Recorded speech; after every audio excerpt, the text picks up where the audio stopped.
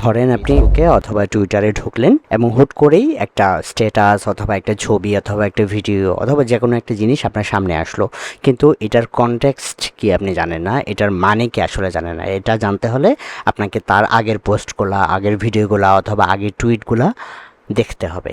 এত সময় কি আমাদের আছে? ঠিক এই জিনিসটা মাথায় রেখেই x.com-এর একটা অসাধারণ ফিচার হচ্ছে গ্রকের inbuilt feature. Okay, in status feature. তো যে কোনো স্ট্যাটাসের পাশেই এরকম একটা সাইন দেখবেন গ্রকের।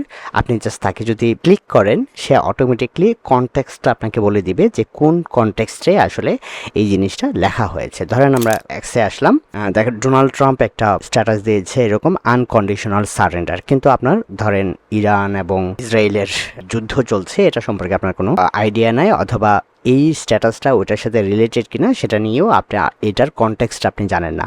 আপনি যেটা করবেন, ধরুন ডোনাল্ড ট্রাম্পের প্রোফাইলে আসলাম, আসার পরে এখানে দেখেন তার স্ট্যাটাসের উপরেই গ্রকের সাইন আছে, এক্সপ্লেন দিস পোস্ট।